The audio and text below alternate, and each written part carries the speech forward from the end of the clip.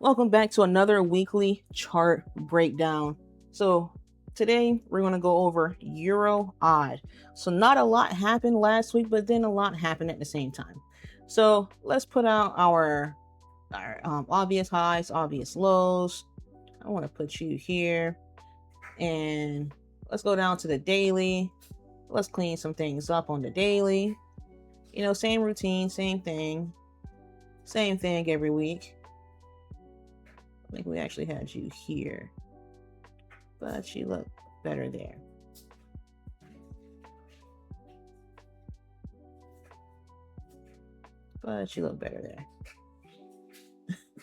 All right, so let's draw out our zones, because you know price will never come exactly to a number. You have a zone. All right, so let's zoom back out to the weekly. All right, so we got that drawn out. So the weekly, obviously, it's bearish. Very, very obvious. Bearish. Bullish here, boom, broke all of this. Just straight bearish beating candles. But if you watch my weekly breakdown last week, I told you from historical levels, we've been testing this level here for a long time. Since 2023, price has struggled to break this level, right? Coming all the way back to 2021, when price struggled to break above this level. So this level here is like a very, very strong level. So I felt as if it could be a level where price could possibly turn bullish. And I believe we're starting to do that, right? So on the weekly, as we see here, price did break this low here, but price did not accept these lows. It waked up. Price did not accept these lows. So we're going to go to the daily, because you need for price to be accepted so that price can continue to travel in that direction, right? So we're on the daily. So on the daily, I would like to say that we have transitioned into a bullish market. So no, price did not break this high here, but we're going to look at immediate price right here. And we created this high, created a low, and we broke it, and we're actually currently right now retesting it. So what I would like to see done, I would like for this retest right here to play out. I would like to see, maybe today is Sunday, so of course I'm not taking a trade on Sunday.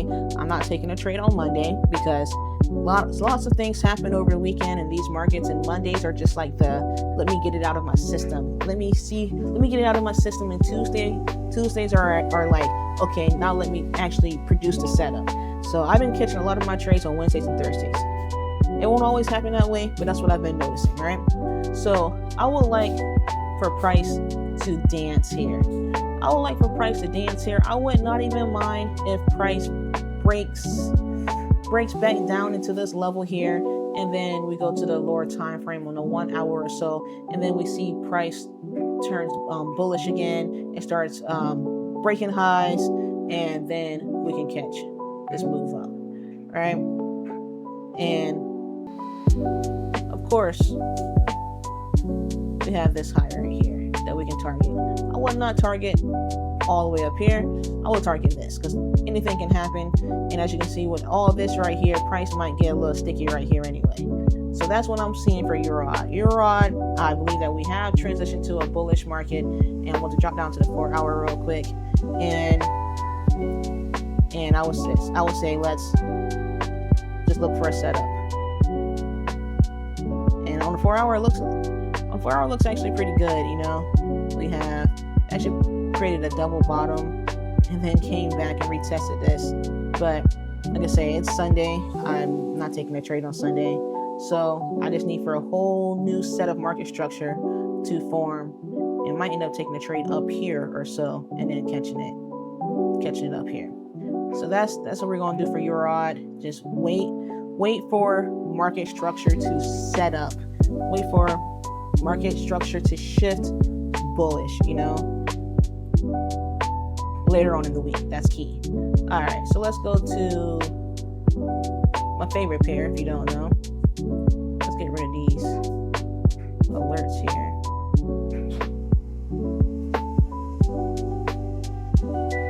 I'm going to start on the daily here. The weekly doesn't even matter. So this pair last week, I thought it was going to be do more of a deeper retest, but it just pretty much stayed bullish, you know. So, and this is the Nikkei.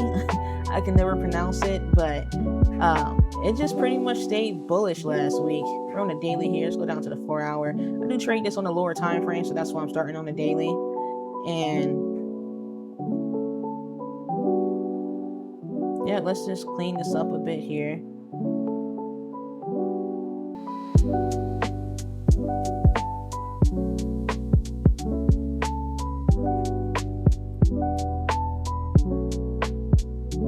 And this pair respects levels like crazy too. This, if you're a person who's trying to get into indices, I wouldn't mind you jumping into trading, you know, this pair before trading like US 30 or so, or NASDAQ or so. It's pretty predictable, but do not trade it during New York session. It's pretty predictable during its own session, you know. So New York session, everything can hurt you. So all right, so for this pair here, right, I feel like it's bullish, but I feel like it's been due for a pullback. Maybe not, but I feel like it's bullish. I just need to figure out a way to get into the trade, you know.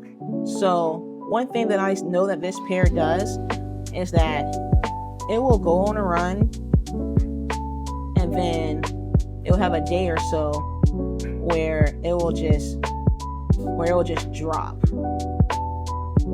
and then literally the next day it will just eat all those gains back.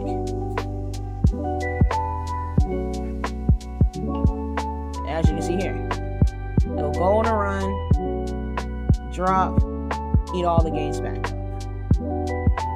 Go on a run, drop, eat all the gains back up.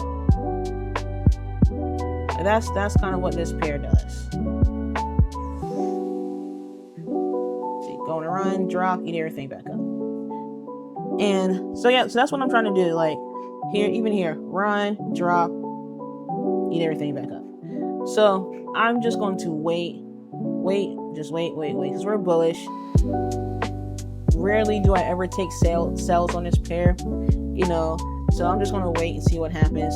Of course, if it drops here, I might look to enter. I don't know. Still pretty too high for me. And we have this gap here. I don't know. I might start looking for buys, you know, around this level here. I will not look for sells.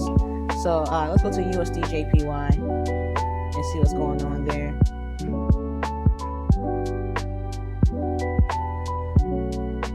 All right, USDJPY is another one of those pairs that was at an all-time high. A lot of these pairs are at all-time highs right now, and this is one of them that I thought last week was going to retrace.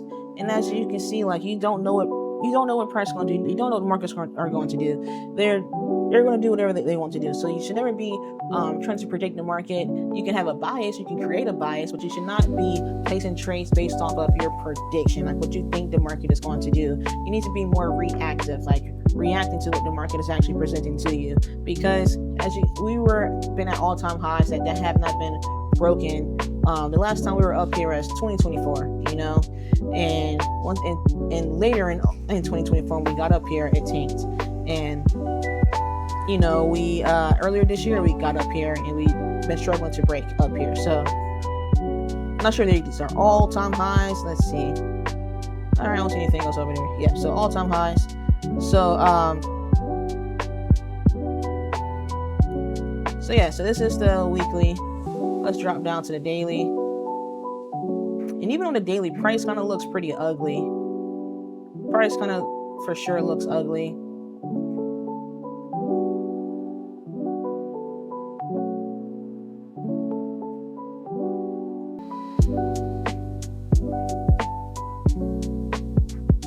Like, I probably wouldn't even draw that level there. Like, I feel like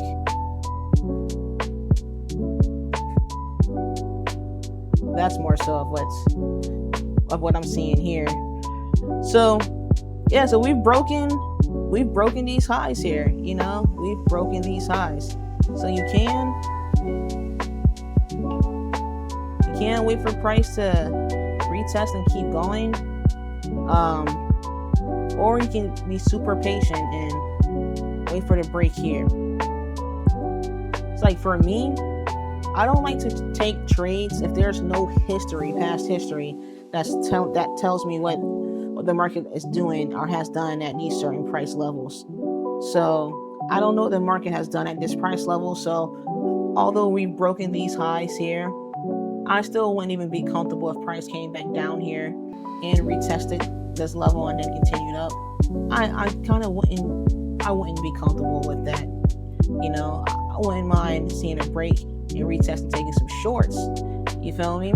But just for me, because there's just really no past history. Like, it's been years since price has never broken this level. So so I just would not be comfortable taking this retest unless it's like it's just a beautiful setup. I'm talking about every time frame shifted bullish. I'm talking about went bearish for the retest and everything shifted bullish, and, you know, breaking highs, engulfing candles, just rejections, and then I would be more comfortable taking this long. But for now, it's just a pair that I'm just not going to touch. And that's the beauty of being a swing trader. You don't, like, when you're scalping, you're usually sticking to like one pair, and that's what you have to trade. And a lot of people start to force trades. When you're a swing trader, you can look at this pair here and say that it's not worth my time, it's not worth my balance, it's not worth, you know, my money. So I'm just going to put this pair at the back burner until it figures out what it wants to do. And that can be days, that can be weeks, that can be months. You can probably not trade this pair for a whole year, and then once it finally set up, you can catch a trade that can put you in a great position with your account. So that's great. But make sure you guys like, comment, subscribe. I appreciate you all if you're still here.